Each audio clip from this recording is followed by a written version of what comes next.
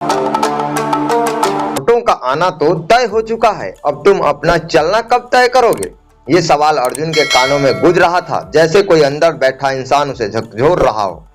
अर्जुन छत पर खड़ा था। रात के 2 बजे थे और पूरे शहर में सन्नाटा पसरा हुआ था, लेकिन उसके अंदर तूफान चल रहा था। उसकी आंख सामने फैले अंधेरे को देख रही थी, पर दिमाग अतीत की गलियों में भटक रहा था। क्या सच में मैं कर पाऊंगा? उसने खुद से पूछा। अर्जुन एक छोटा सा गांव का लड़का था। उसके पिता एक साधारण किसान थे और माँ घर संभालती थी। बचपन से ही उसने गरीबी देखी थी, वो गरीबी जो सिर्फ पैसे की नहीं होती बल्कि अवसरों को भी होती है। लेकिन उसके अंदर एक आग थी, वो कुछ बड़ा करना चाहता था, वो अपने हालात बदलना चाहता था। जब अर्जुन ने 12वीं पास की तो उसने शहर जाकर पढ़ाई करने का सपना देखा, लेकिन घर की हालात ऐसी नहीं थी कि उसे बाहर भेजा जा सके। बेटा, हमारे पास इतने पैसे नहीं हैं, पिता ने धीरे से कहा। उसी दिन अर्जुन ने पहली बार महसूस किया कि सपने देखना आसान है, लेकिन उसे पूरा करना नहीं। लेकिन उसने हार नहीं मानी। उसने गांव में ही बच्चों को ट्यूशन पढ़ाना शुरू कर दिया। दिन में पढ़ाई करता, शाम को दूसरों को पढ़ाता। धीरे धीरे उसने पैसे जमा किए। 1 साल बाद वो शहर चला गया। शहर पहुंचते ही उसे एहसास हुआ कि असली लड़ाई अब शुरू हुई है। जहां कोई उसे नहीं जानता था, यहाँ हर कोई अपनी दौड़ में लगा था। वो एक छोटे से कमरे में रहता था, जहां ना सही से रोशनी थी और ना ही हवा, लेकिन उसके सपने बहुत बड़े थे। वो दिन रात मेहनत करता, कॉलेज जाता, फिर पार्ट टाइम जॉब करता और रात को पढ़ाई, लेकिन रुकावटें उसका पीछा नहीं छोड़ रही थी। एक दिन उसकी नौकरी चली गई। दूसरा जरूरत नहीं है अब, मैनेजर ने बेरुखी से कहा। उसके पास पैसे खत्म हो रहे थे, किराया देना मुश्किल हो गया था, खाने के लिए भी सोचना पड़ा था। उस रात वो बहुत रोया। शायद ये मेरे बस की बात नहीं है, उसने खुद से कहा। लेकिन तभी उसके वो लाइन याद आई, रुकावटें को आना तो तय हो चुका है, अब तुम अपना चलना कब तय करोगे? उसने खुद को संभाला।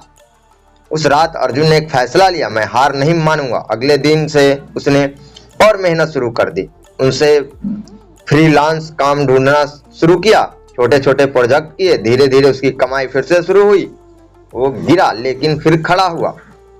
जब सब कुछ थोड़ा ठीक होने लगा, तब एक और मुश्किल आई। उसकी माँ बीमार हो गई। उसके गांव वापस जाना पड़ा। डॉक्टर ने कहा इलाज में काफी पैसे लगेंगे। अर्जुन के सामने फिर से वही सवाल था, क्या मैं संभाल पाऊंगा? उसने अपनी सारी बचत लगा दी, दिन रात काम किया। कभी कभी तो वो खुद खाना छोड़ देता, लेकिन माँ की इलाज में कोई कमी नहीं आने दी। एक दिन अस्पताल के बाहर बैठा हुआ, वो पूरी तरह टूट गया। भगवान, मैं और कितना सहूं? उसकी आंख में आंसू बह रहे थे। उसे लगा कि अब सब खत्म हो गया है, लेकिन तभी उसके अंदर एक आवाज आई, अगर तू अब रुक गया तो अब तक जो चला है वो सब बेकार हो जाएगा। अर्जुन ने फिर खुद को संभाला। उसने ऑनलाइन स्किल सीखना शुरू किया, डिजिटल मार्केटिंग, कंटेंट राइटिंग, जो भी सीख सकता था सीखा।